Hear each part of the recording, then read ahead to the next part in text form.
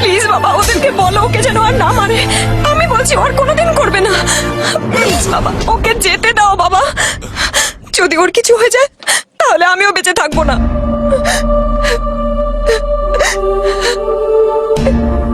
আমি রকিকে খুব ভালোবাসি, ওকে ছাড়া আমি বাঁচতে পারবো না।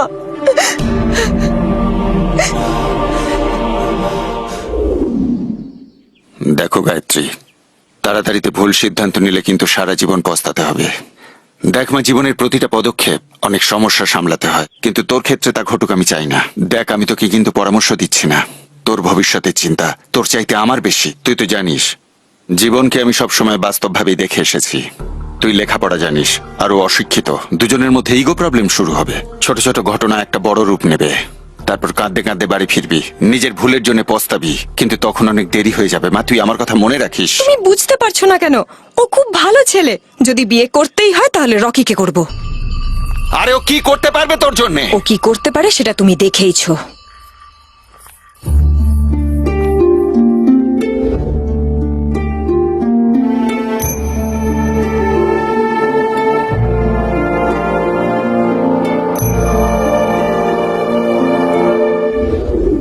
জানি ও আমাকে ভীতু ভাবে। আমি বাইরে থেকে নারকেল আর ভেতর থেকে পেঁপের মতো। পা আমি টিপে দেবো আর কমলা ভোগ খাবি তুই। সুইট ডিশে তোর রাবড়ি খাওয়ার পরিবর্তে টাকা নেওয়া উচিত ছিল। ফিরে যাওয়ার স্লিপার ক্লাসের খরচাটা তো বেঁচে যেত রে ভাই, আর বাকি টাকা দিয়ে আমাদের ভবিষ্যৎটা হয়ে যেত। ও তো নিজের টাকা দেওয়ার জন্য তৈরি ছিল, কিন্তু নিজেই মার খেয়ে চলে আসলো। শত্রুপক্ষের গাড়ি। বস, বস মারার জন্য এটা একদম বের করবে না। আরে এটা মারার জন্য না, নিজের সেফটির জন্য বার করেছে। আমি বাথরুমে গিয়ে লুকোলাম, বুঝলি?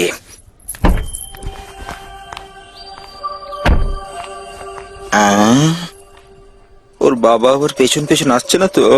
কি যে করি কাপিস প্রেমের রাস্তা বার কর। মদ খেয়ে যাবি, চুপ কর। কি ব্যাপার, সবসময় তো বডিগার্ড নিয়ে ঘুরে বেড়াও, তাহলে আজকে একা ওদের এখন আর দরকার নেই, কেন? বাবা বিয়েতে রাজি হয়ে গেছে। এখন তো আমার নিজেকে ভদ্র ভিলেন মনে হচ্ছে। খোকা বাবু চালিয়ে যাও। তুমি তাড়াতাড়ি বাড়িতে যাও, তোমার বাড়ির লোকদের নিয়ে এসো, আর বাবার সাথে বসে বিয়ের কথা ফাইনাল করো। ব্যাড লাক, আমার ক্যারিয়ারের 50তম বিয়ে। আমার আশীর্বাদ ছাড়াই হবে, কিন্তু আমি ভীষণ খুশি। হ্যাঁ, আরে বল খেলা বন্ধ করো না। রকি, আজ আমি ভীষণই খুশি, কারণ তোমাদের দুজনের মিল হয়েছে। রেজাল্ট কিন্তু একমাত্র আমার কারণেই আজ কিন্তু আউট হলো, এটা তোমাকে মানতেই হবে।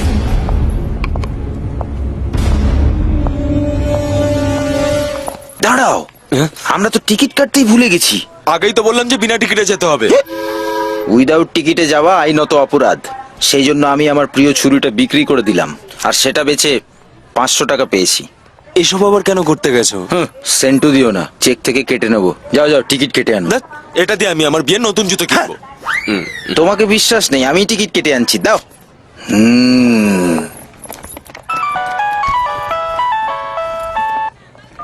দিদি, আরে দিদি, হ্যাঁ বলো দিদি, কেমন আছো?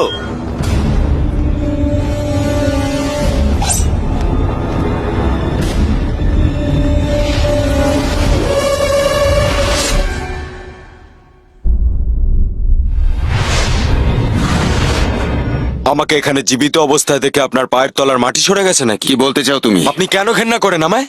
হ্যাঁ, আপনি তো নিজেই নিজের মেয়ের সাথে আমার বিয়ে দিতে রাজি হয়েছেন, তাহলে এখন আমাকে নিয়ে আপনার কি সমস্যা?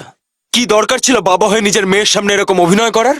আপনি একজন ভীষণই চালাক মানুষ। আপনি আপনার মেয়ের সামনে নিজেকে ভালো প্রমাণ করেন, আর আমাকে মারার জন্য আপনার নিজের লোকদেরকে পাঠান। জন্য আমার এত ছল চাতুরির দরকার ছিল না। যদি মারতে চাই তাহলে সেদিনই মারতাম, যেদিন তুমি আমার কাছ থেকে আমার মেয়েকে চেয়েছিলে। তাহলে একে কেন পাঠিয়েছেন? মালিক, আপনি তোকে মারতে বলেছিলেন। আরে আমি কখন বলেছি যে না? একটা ছেলে সুপারি পেয়েছি, এটা ওর ছবি আছে। ঠিক আছে, এই ছেলেটাকে আমার জ্যান্ত চাই। ঠিক আছে। এই নে। আপনি যে খামটা দিয়েছিলেন তার মধ্যে তো ওরই ছবি ছিল।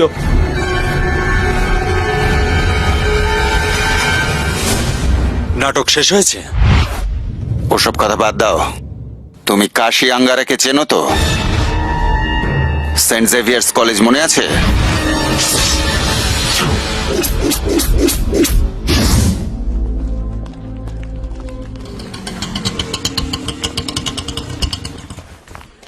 প্লিজ কোথাও যাস না, আমি 2 ঘন্টার মধ্যে এক্সাম দিয়ে আবার এখানেই ফিরে আসবো, ঠিক আছে? দাদা সব কটাকে শেষ করে দিয়েছি, আমাদের সঙ্গে টক্কর নেওয়ার মতো আর কেউ নেই।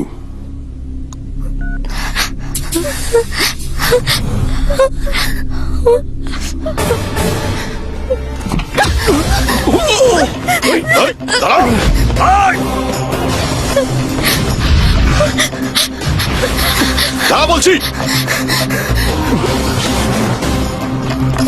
প্লিজ প্লিজ আমাকে বাঁচান, আমাকে সাহায্য করুন, আমাকে বাঁচান। ওই গুন্ডাটা আমাকে মেরে ফেলছে, ও আমার বাবাকে মেরেছে। এটা কাশির ভাই, চল এখান থেকে কেটে পড়ি। প্লিজ আমাকে বাঁচান, প্লিজ আমাকে বাঁচান। না। কাকা একটা চা দাও না গো। এই নাও ধরো। কি হয়েছে কি, ওখানে ভিড় কেন? আরে কাশির ভাই এসে আবার কিছু একটা ঝামেলা পাকিয়েছে। তুমি আবার ওদিকে যেতে যেও না। আমাকে ছেড়ে দাও। তোর বাবাকে মেরেছি তার তুই একমাত্র সাক্ষী, তাই তোর মুখ বন্ধ করাটা খুব দরকার।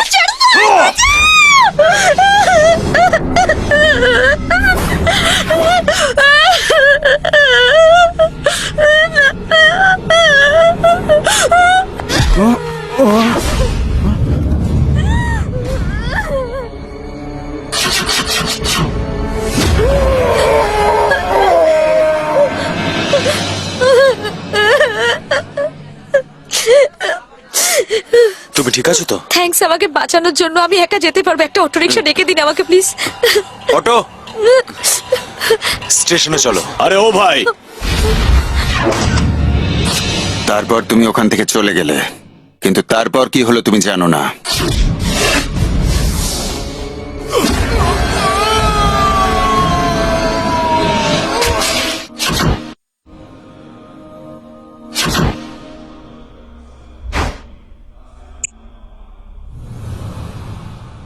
দাদা, এই ছোড়দার খুনিকে দেখেছে? তুই ওকে চিনিস? আমি ওর ফটো তুলে এনেছি। বড় কর, হ্যাঁ আরো বড় কর, এর প্রিন্ট বার কর। শালা তুই আমার ভাইকে মেরে এই শহর ছেড়ে পালিয়েছিস তাই না? সব জায়গায় এই ফটোটা পাঠা। মুম্বাই, পুনে, দিল্লি, কলকাতা, ব্যাঙ্গালোর, আমাদের লোকেদের এই ছেলেটার পিছনে লাগিয়ে দে। সবাইকে বল আমার থেকে 1 কোটি নিয়ে যাক, কিন্তু ছেলেটাকে আমার চাই। কাশি আঙ্গারা তোমার উপর বদলা নিতে চায়, তাই তোমার ফটো আমার কাছে পাঠিয়েছিল। আমি ব্যস্ত ছিলাম, তাই এই ফটোটা আমার দেখা হয়নি। ফটোতে যে ছেলেটার ছবি ছিল তাকে মারতে আমিই বলেছিলাম, কিন্তু ভেতরে তোমার ফটো ছিল সেটা আমি জানতাম না। কাশি আঙ্গারার হাত থেকে কেউ বাঁচতে পারে না। ও তোমাকে ঠিক খুঁজে বার করে শেষ করে দেবে। ইন্ডিয়ার সমস্ত বড় মাফিয়াদের কাছে তোমার ফটো আছে। আজ নয়তো কাল তুমি অবশ্যই খুন হবে। যদি আমি আমার একমাত্র মেয়ের বিয়ে তোমার সাথে দিই, তাহলে 2 দিনেই তো ও বিধবা হয়ে যাবে, আর আমি সেটা হতে দেব না। আমি ওর বাবা। তোমার কাছে বাঁচার 2টো রাস্তা আছে। এক, ওর কাছে তুমি ক্ষমা চেয়ে নাও, আর অন্যটা কাশি আঙ্গারার সঙ্গে লড়াই করে ওকে শেষ করে ফেলো। তারপর আমি নিজে দাঁড়িয়ে তোমাদের বিয়ে দেব।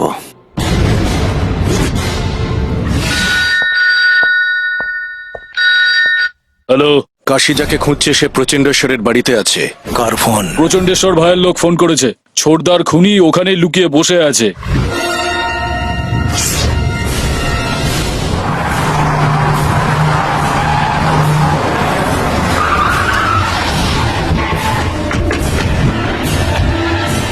ঠাকুর প্রচন্ডেশ্বর,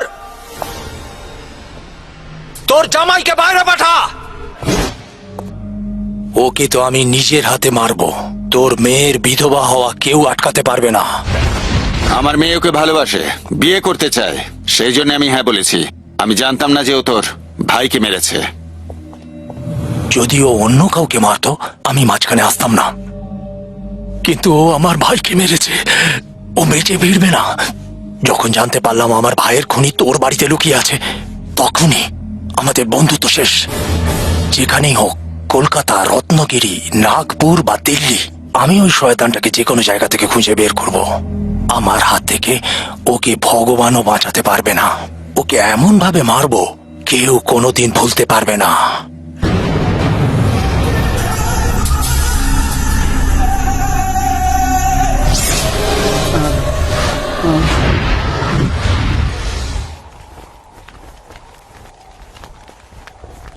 কাশির লোকজন এসেছিল, তোমাকে না পেয়ে এইসব ভাঙচুর করে গেছে ওর লোকেরা, আর হুমকিও দিয়ে গেছে।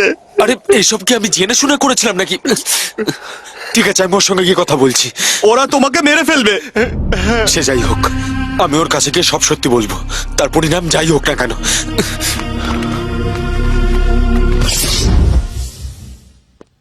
ছেলেটাকে অনেক খুঁজেছি কিন্তু পাইনি, মনে হয় পালিয়ে গেছে। ও শহর ছেড়ে পালিয়ে যাওয়ার আগে আমাদের লোকদের railway station, bus stand, airport, Harbour সব জায়গায় পাহারা দিতে বলো।